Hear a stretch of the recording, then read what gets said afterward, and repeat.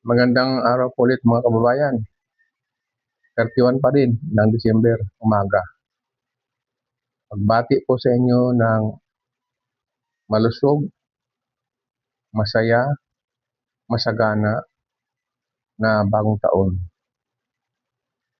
bukas. Sana po malayo tayo sa mga sakit, aksidente at kalamidad. Sa ngayon po, gusto ko lang pong mag-reaction sa kaugalian ng Pilipino. Yung pagtanaw ng utang na loob, yung kung paano tayo, yung ating values po bilang Pilipino.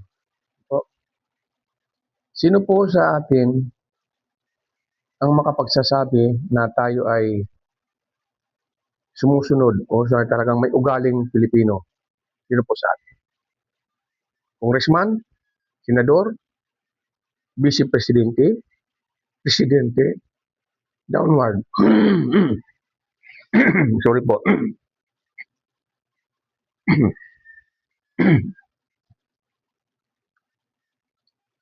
Unahin po natin ang ating Pangulo. Sino po ba ang may utang na loob?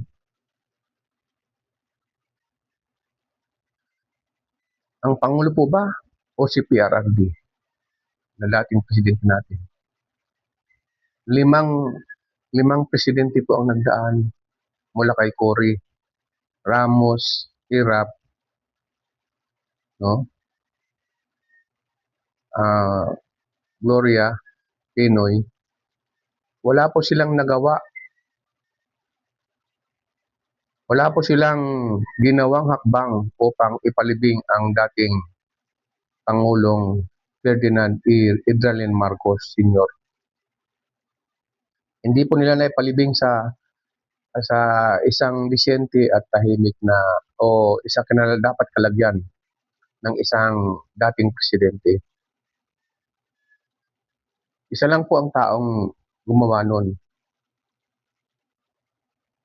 Sa gitna ng mga batikos, sa gitna ng mga kontra, mga dilawan, mga NPA, mga pulahan,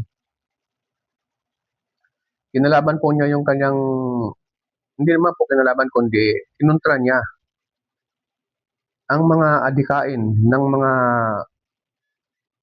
grupong yun na kinasusuklaman nila, na nasusuklam sila sa dating presidenteng Marcos Sr.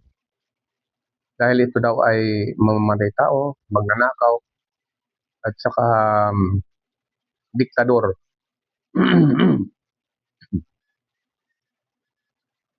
Totoo po yun na sa mga nagdaang mga administrasyon, talagang hindi nila pinayagan na mailibing nang maayos ang dating presidente. Isa lang po, si PRRD lang. Na natatandaan po ninyo yon? Kasi PRRD lang po ang naglakas loob na ipalibing siya sa libingan ng mga bayani. Di po ba? Kung kayo po ay nagtinig sa mga balita, nanonood sa mga TV, social media, mainstream media, yan po ay naging laman po yan ng kinontra ni PRRD ang lahat ng mga kontra na ipalibing si Marcos Sr. Ngayon, siya pa rin, si PRRD pa rin at saka yung mga taga-suporta ni PRRD ang tumulong upang maluklok ang kanyang anak na si BBM na maging presidente natin. Ang layunin nun ay para maibangon nila ang kanilang karangalan. Di ba? Karangalan nila na hindi totoo na magnanakaw si Marcos Sr. Ano po ang nangyari? Ano po ang nangyari mga kababayan? Bilang Filipino values natin na tumatanaw tayo ng utang na loob. Pinalibing ang ama ng maayos, kinontra ang lahat ng mga kontra.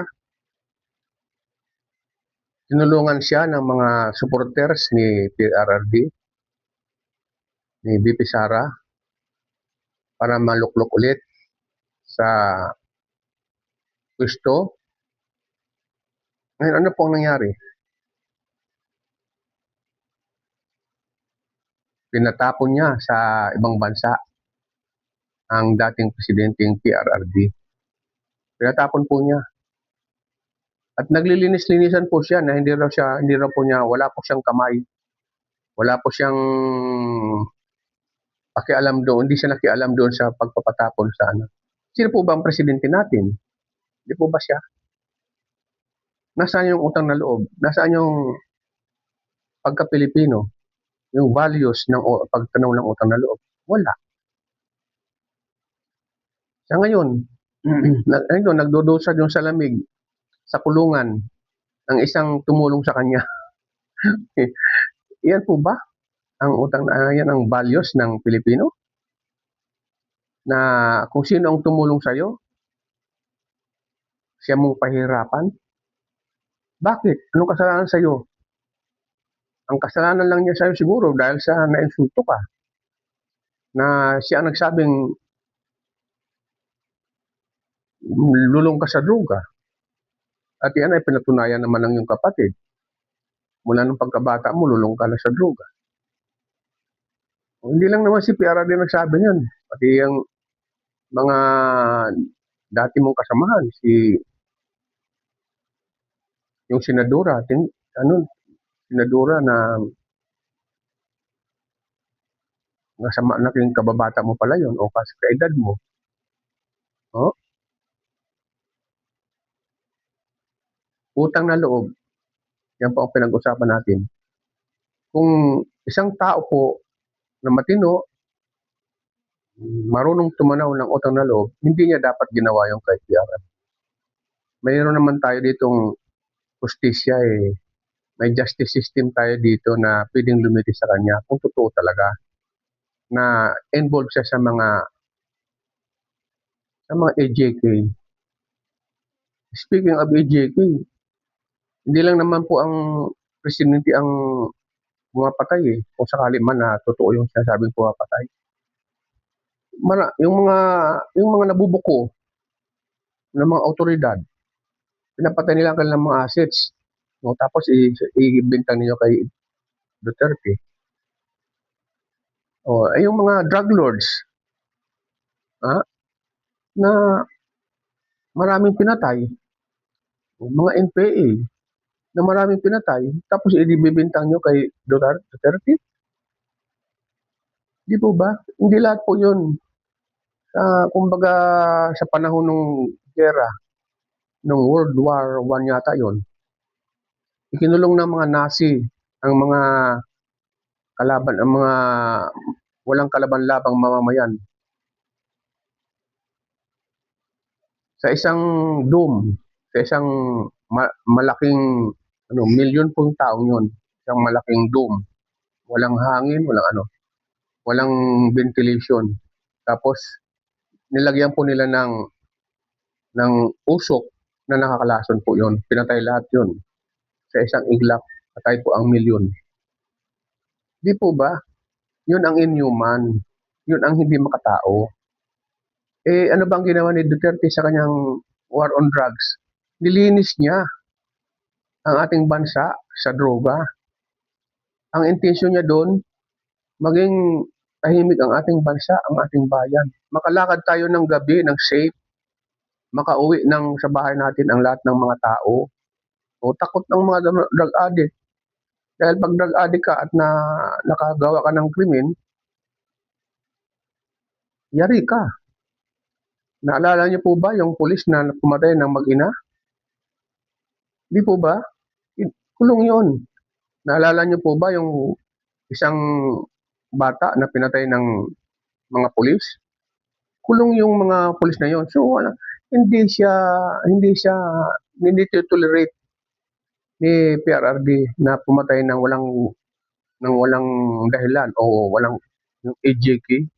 extrajudicial killings. Pinakulong niya ang mga pulis na abusado. Di po ba? So ano po ang dahilan at pinapapatapon mo doon? Matanda na yun. Ang lamig-lamig doon sa kulungan. Papatapon mo doon. So sa lahat po ng involved, sa pag-kidnap kay PRRD, panalangin po. Panalangin ko po at siguro panalangin din ng taong bayan na tahimik na walang kalaban-laban. Mangyari po sana sa inyo, makarma po sana kayo sa ginawa ninyong pag-kidnap, pagpapatapon, sa isang Pilipino, sa isang dayuhang korte na hindi naman kailangan kasi meron naman tayong court dito. Kaya dahil dinaan nyo dapat muna sa mayroon po tayong Supreme Court, may RTC tayo, meron tayong MTC. Kung totoong talagang kung may kasalanan, di ikulong natin dito. O di po ba? At sino po ang mas maraming namatay ngayong panahon na ito? Sa baha, lindol. Di po ba? 120 million ang ating population. Panahon ng pandemic, walang trabaho, walang makalabas ng bahay. Naalala niyo po ba yon? Lockdown. Ano po ang ginawa ni PRRD? Nangutang po siya para buhayin po ang 120 million. Tapos ngayon kinu-question niyo yung mga bakuna, yung mga binuhay niya at ginamot ang lahat ng mga may sakit. Talagang sinikap po niya sa kanyang political will na buhayin po ang mga Pilipino sa panahon, 2 taon po yon, sa panahon ng lockdown, panahon ng walang trabaho. At the same time, nakipagkaibigan siya sa mga mamumuhunan. Nagkaroon tayo ng mga infrastructures, pinagawa niya ang mga pier, pinagawa niya ang mga kalsada, tulay, airport, mga classrooms. Ilan po ang classrooms ngayon ng 2025? Kontra doon sa pinagawa ni PRRD. Ang classroom ngayon ay 22 in a year. 22 lang classrooms ang ginawa. At ang iba ay hindi pa tapos. Pero ang budget po niyan, 6 point something trillion. At wala pa nga, siguro, 3rd quarter pa lamang, kung hindi ako nagkamali, ubos ng pundo. Inilagay doon sa mali-malita, dinistribute, ginamit sa PI, ginamit sa panunuhol sa pagpapatanggal kay BP Sara. Lahat po binayaran. Saka mga congressman po na involved, please, makonsensya naman kayo, may mga anak kayo, may mga apo kayo, ang mamanahin ng mga apo ninyo, mga anak ninyo, ay perang ninakaw ninyo sa pagkabanang bayan, sa mga taxpayers, mga nagtatrabaho. Lahat po kami, lahat kami na kumakain, lahat kami na gumagastos, nagmamasahe. Nagtatax po kami. At yan po ay kinukurakot nyo lang. Napakawalang konsensya nyo, mga.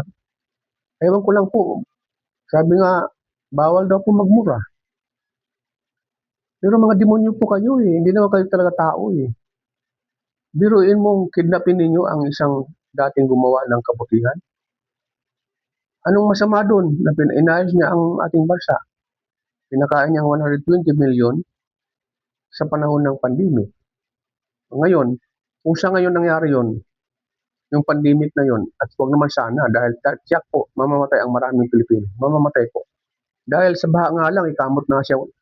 Kamot na po ang ulo niya Hindi niya alam kung anong gagawin. Sa baha pa lang yun Sinabi niya, maraming accomplished o kumpleto na proyekto ng flood control. Yun pala, wala. Nasaan ang pundo? Ando sa malita. Pinaghati-hatian. Yun. Makarma sana po kayo. Lahat po kayo na mga nagnakaw, Makarma po sana kayo. Kung naalala niyo po, nagkaroon ng parang sumpa yung sinabi ni Sara David na sana mawala na yung mga magnanakaw sa gobyerno. O di ba? Iniisa-isa na. Iniisa-isa na. O, maraming salamat po. Happy New Year. Sana wala tayong sama ng loob. Maghiwa-hiwalay tayo ng maghihiwalay ang taon ng 2025 sa 2026. Mabago na sana ang ating bansa. Magbago na sana ang mga congressman habang may panahon pa. Kasi sa ngayon, limpak-limpak ang pera nyo, hindi nyo naman madadala yun sa taas. Hindi nyo madadala sa taas yun, dito rin yan. O, yung makikinabang dyan, ang mga anak-anak ninyo, tama, no? Galing, ano? Ninakaw nyo pera, tinatago nyo para makinabang, ang mga anak ninyo. Karmahin sana kayo lahat, pati mga pamilya nyo. Maraming salamat po. Mga makapanood po nito, i-like nyo naman, please. Nakikiusap ako. At i-share niyo, please, para lahat tayo ay may kaalaman. Ang sinasabi ko lang naman po ay extension lang ito, reaction lang ito sa mga balita na nasagap ko, nababasa ko, nakikinig ko. So, Happy New Year po sa lahat.